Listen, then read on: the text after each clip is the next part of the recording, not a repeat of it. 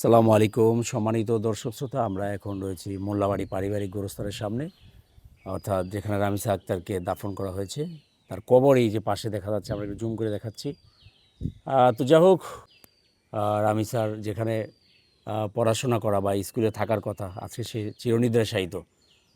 তো আমরা একটু কথা বলবো যিনি জানাজা পড়িয়েছেন রামিসার। এখানে জানাজা অনুষ্ঠিত হয়েছিল গতকাল রাত 9টায়। আমরা একটু এখানকার ইমাম সাহেবের সাথে কথা বলবো যিনি রামিসার জানাজা পড়িয়েছেন। আসসালামু আলাইকুম ওরহমতুল্লাহি ওবারাকাতু। আলহামদুলিল্লাহ, এটা মধ্যম শিয়ালদি মোল্লাবাড়ি সিরাজদি খান থানা মুন্সিগঞ্জ জেলা। যাকে উদ্দেশ্য করে কথার বলার এই জায়গায় আমি ইচ্ছা করেছি, আমার সর্বপ্রথম মুখে ওই রকমের ভাষা আসতেছে না, মনের ভিতরে খুব ব্যথা।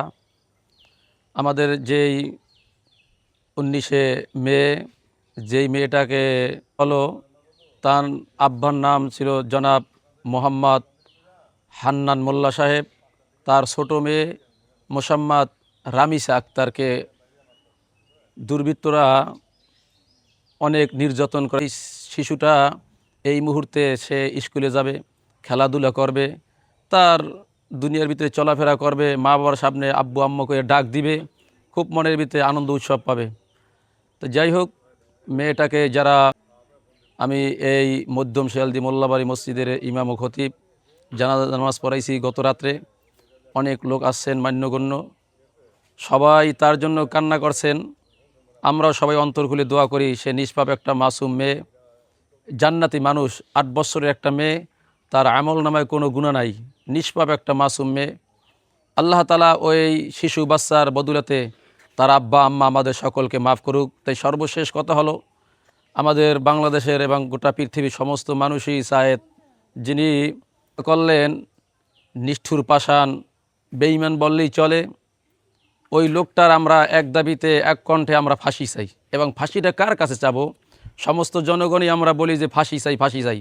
তা আমার মনের আবেগ, আমরা ফাঁসি চাই ওই ব্যক্তির কাছে যিনি আমাদের বর্তমানে বাংলাদেশের রাষ্ট্রনায়ক মোহাম্মদ তারেক রহমান সাহেব। আপনার কাছে আকুল আবেদন, আপনি বিশেষ করে দ্রুত, এটাই আমাদের মনের সকলের চাওয়া পাওয়া, আসিয়া থেকে এই রামিসা পর্যন্ত বিচার করা হতো। সমস্ত মানুষ ভয় পাইতো, কেউই এই গুনার কাজের দিকে, এই সমস্ত খারাপ কাজের দিকে কেউ অগ্রসর হইতো না, সবাই সতর্ক থাকতো।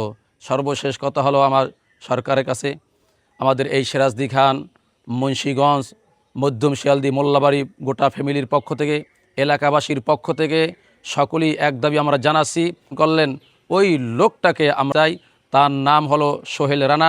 অনেক মানুষের জানাজা নামাজ পড়াই, কিন্তু এর জানাজা নামাজটা যখন আমি পড়াইলাম, এরকমের আমার মনের ভিতরে ব্যথা আর কষ্ট আমি পাই নাই।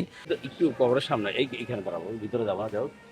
এই ধরনের কার্যকলাপ আমাদের সমাজে মানে অহরহ হচ্ছে। হ্যাঁ জি, এটা কি কারণে, কিসের অভাবে আসলে? এটা আমাদের দেশে ইসলামিক শিক্ষা বা ইসলামী শিক্ষা এবং কথা হলে আমাদের দেশে হবে, তাহাদেরকে অবশ্যই অবশ্যই হবে। কিন্তু ইতিহাসে কাগজ কলম লেখা আছে, থাকতে পারে, মুখে কিন্তু আমরা সবাই চাই।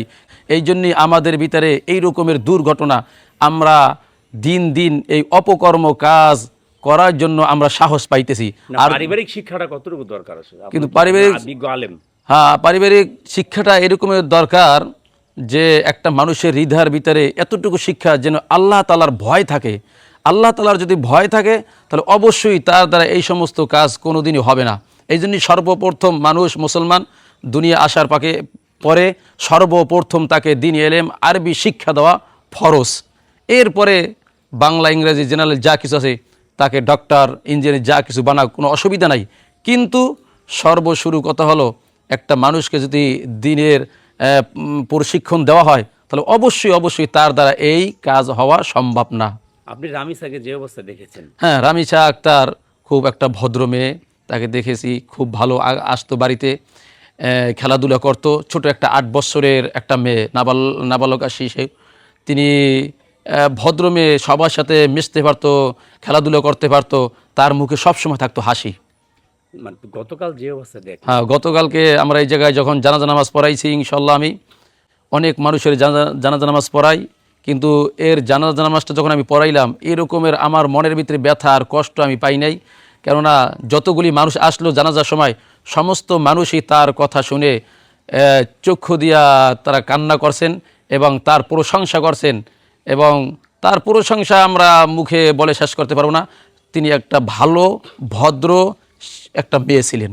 এই যে কাজটা করলো সোহেল সোহেল রানা, কি বলার আছে যে একটা শিশু বাচ্চাকে, আপনি তো জানাজা পড়াইছেন, দেখছেন তার চিত্রটা কি অবস্থায় রেখেছে, জি, এটা কি মেনে নেওয়ার মতো আসলে? এটা আমাদের কাহারই মেনে নেওয়া সম্ভব না, কিন্তু মুখে যাহা কিছু আমরা বলি এর সে আমাদের অন্তরের ভিতরে বেশি ব্যথা, বেশি দুঃখ। কিছু কথা আছে মানুষের অন্তরের ভিতরে জাগে কিন্তু মুখে প্রকাশ করতে পারে না। তাই আমাদের এই ভাব, এই চেতনা কিন্তু আমরা চোখে দেখেছি, কিন্তু মনের ভিতরে খুব ব্যথা, অনেক কষ্ট, কিন্তু এই কাজটা ওই ঠিক হয় নাই, মেনে নেওয়ার মতো না। মেনে নেওয়ার মতো না আর কি।